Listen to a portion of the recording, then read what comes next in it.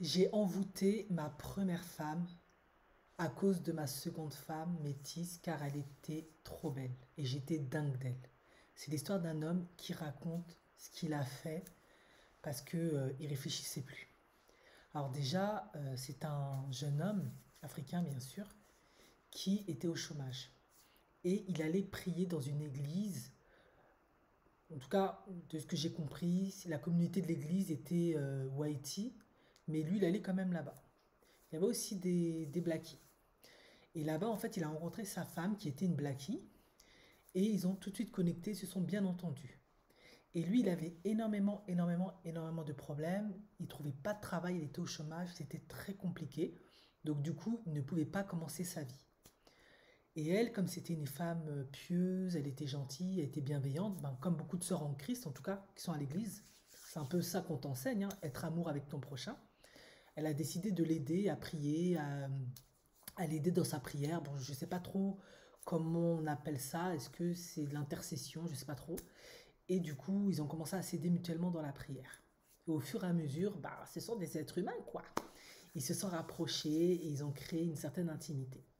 Maintenant, le pasteur leur avait donné certaines prières à faire et en fait, lui, il devait genre se réveiller à 2 heures du matin, faire certaines prières et ensuite jusqu'à 6 heures du matin et ça devait faire genre pendant 3 jours. Et elle, en fait, parce qu'ils s'étaient quand même rapprochés, bon, vous allez me dire, c'est pas très chrétien, mais bon, c'est l'histoire, hein. Eh ben, elle avait dormi chez lui et elle l'avait aidé dans ces prières-là pendant 3 jours. Et il avait tenu bon, ils avaient. Voilà. Et après ça, bon, ils ont mon goût. Bon, je suis pas là pour juger hein, leur foi. Et après ces prières-là, très rapidement, il a commencé à déposer ses effets, etc. Et il a été pris dans un très bon boulot. Tellement il a trouvé un bon boulot qu'il avait une voiture de fonction, il avait plein de bonus. Non, c'est devenu monsieur patron, quoi. Il était tout fier, tout content. Donc il se baladait dans la ville avec sa bagnole et tout. Et là, ben, vous vous doutez bien, une fois pour coutume, il pouvait gérer plein de go, plein de femmes. Et ah, il se priait pas, hein, le frère, hein. Il draguait 5 6 femmes en même temps. Bon, voilà quoi. Là, il rattrapait tout ce qu'il n'avait pas pu faire. Mais parce que la femme, en fait, elle l'avait aidé, elle l'avait soutenu, il a compris, ah mais cette femme, en fait, je peux compter sur elle, elle sera toujours là pour moi, etc. etc. Donc il l'a épousée. Sauf que, ben, on va pas être hypocrite ici. Il l'aimait pas parce que c'était son premier choix, c'était la femme qu'il préférait, c'était son style de femme, en fait. C'était surtout qu'il lui était redevable. Et c'était vraiment la circonstance, parce qu'il c'était un galérien, il se faisait chier, donc il épousait cette femme en fait. Et maintenant que ça allait mieux, ben, il l'a trompé avec tout ce qui bougeait, vraiment toutes les femmes de son goût, de son choix. Sa femme a été mise au courant, donc elle lui a dit, écoute, moi je veux pas de cette vie-là. Bon, apparemment tu ne peux pas faire autrement que d'avoir plein de maîtresses, mais je veux pas que tu aies une vie de désordre. T'ailles à gauche, à droite, tu fasses n'importe quoi. Donc bah, tu en choisis une parmi tout ton harem là. Et lui, bah, qu'est-ce qu'il a fait? Et il explique, bah, moi j'ai choisi une métisse parce que bah, elle était juste sublime, mais vraiment elle était d'une beauté dingos.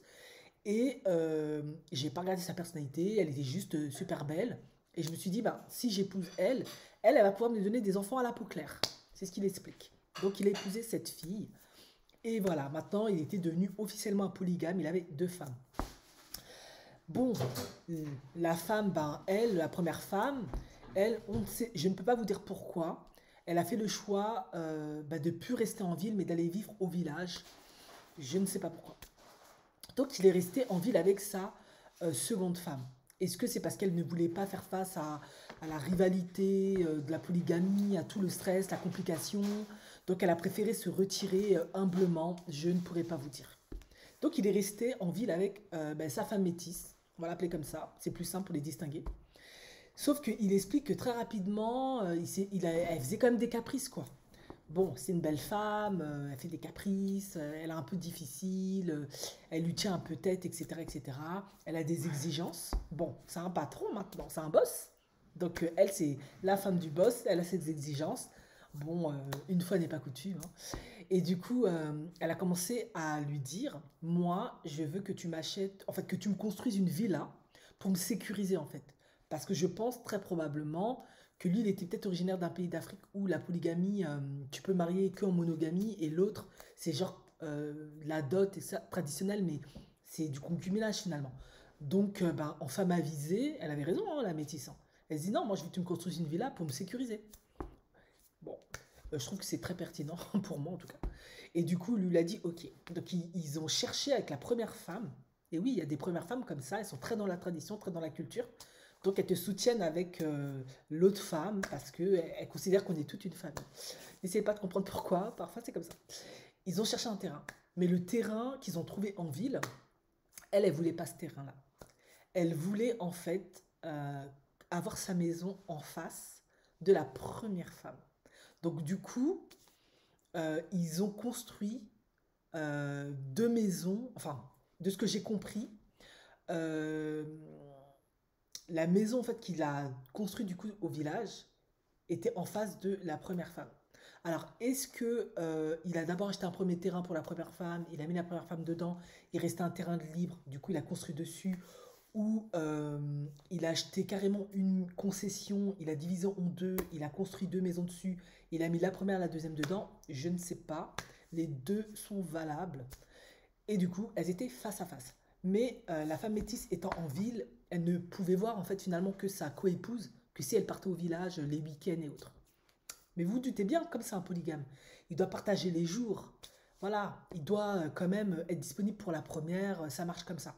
Sauf que, ben, vous vous doutez bien que, et c'est souvent comme ça dans la polygamie, les deuxième, troisième épouses, elles font toujours beaucoup de jalousie, elles prennent beaucoup la tête pour avoir le plus de jours, tu passes plus de temps avec elles, bon, c'est comme ça.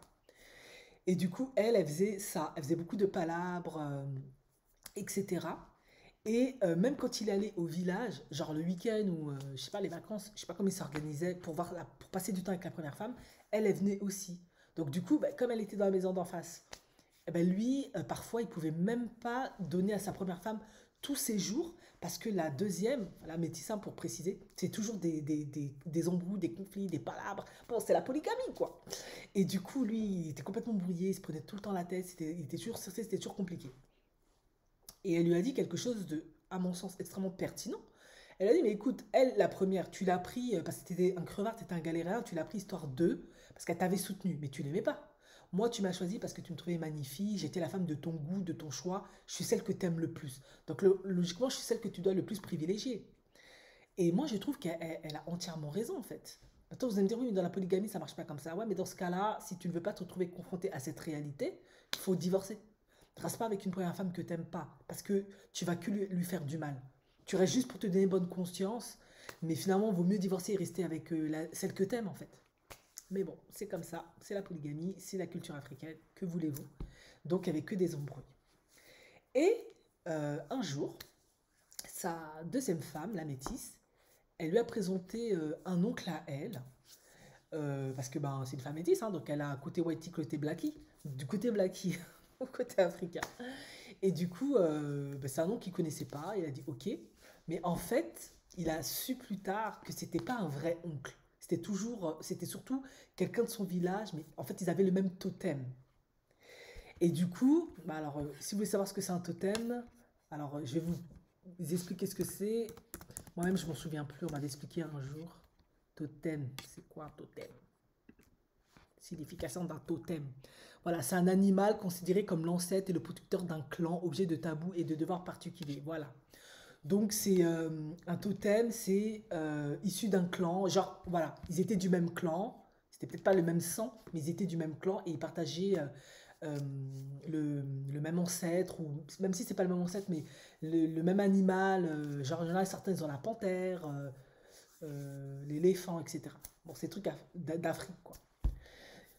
Certains, ils ont gardé ça, d'autres qui se sont convertis ont laissé ça, pour plus de précision. Et du coup, ils avaient le même totem, mais ils n'étaient pas vraiment de la même famille. Mais après, vous savez, en Afrique, on est tous des oncles, des tantes, des cousins, des frères. Et c'était un peu ce style-là.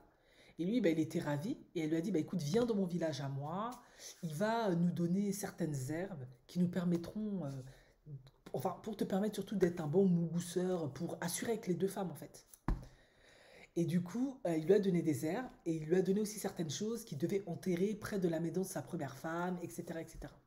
Et lui, ce qu'il dit avec un gros guillemet, naïvement, soi-disant, ben, il l'a fait.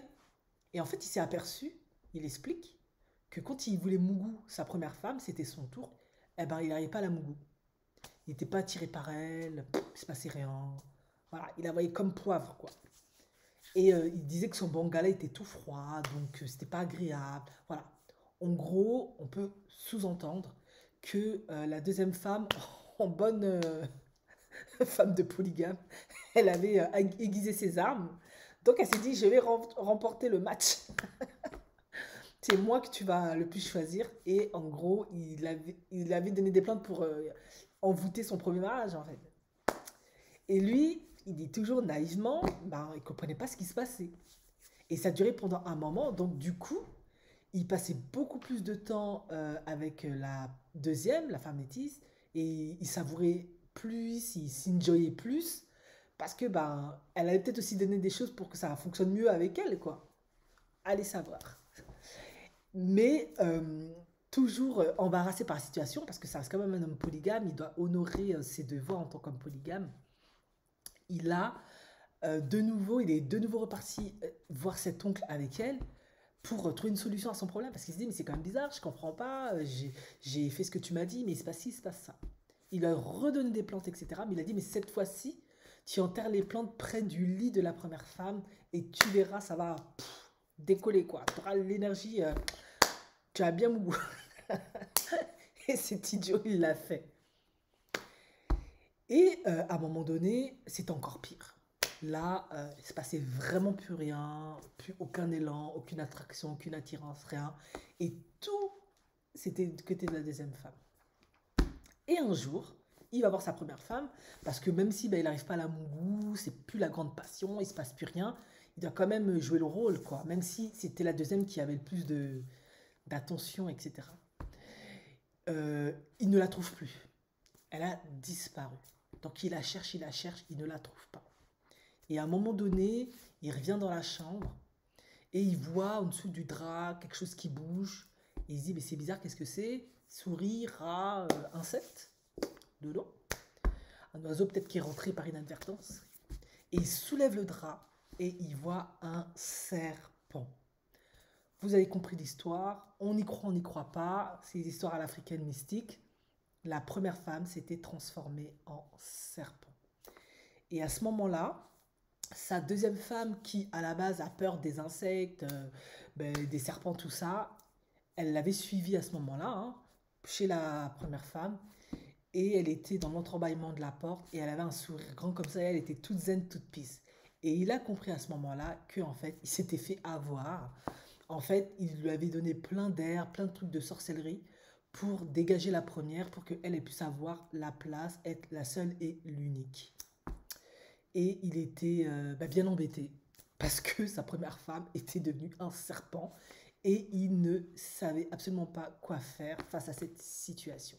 Alors moi, de mon avis, honnêtement, je trouve que c'est un peu trop facile de mettre la responsabilité sur la deuxième femme, la femme métisse, parce que la polygamie, c'est comme ça.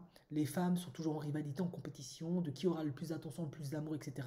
Vous allez me dire, ah, c'est pas toujours comme ça. Bon, selon les statistiques, on va pas se mentir, il y a plus de ce cas de figure-là. Et du coup, qu'elle aille chez le marabout, chez le ganga, chercher des herbes ou des substances pour dégager l'autre, pour avoir plus d'attraction, elles le font. Ça, c'est plus un secret de polichinelle. Après, prétendre que lui, il est naïf, il ne sait pas, machin, moi, je suis pas d'accord avec lui, parce qu'à la base, tu es censé être un chrétien, faire tes prières. Donc, quand tu vas voir des gangas, des marabouts, même si ça fait partie de notre culture, et qui te donnent des trucs, à la base, tu devrais refuser, selon moi. Donc, je trouve que c'est un peu lâche de sa part et un peu trop facile de tout mettre sur le dos de cette pauvre femme métisse, qui, elle, voilà, elle suit juste ce qui se fait dans la culture africaine. La polygamie, c'est the match, c'est le ring. On se bat pour l'attention du gars, quoi. Elle, pour moi, même, ça peut être, selon la moralité de chacun, condamnable. Mais pour moi, ça n'a rien de surprenant. En général, quand tu te mets dans la polygamie, c'est pas une surprise si tu fais face à ce genre d'éventualité. Et d'ailleurs, même quand tu n'es pas dans un foyer polygame, c'est aussi des choses qui peuvent arriver. Alors pour le moment, la première femme s'est transformée en serpent. Et pour le moment, il ne sait pas encore comment il va pouvoir s'extirper de cette situation.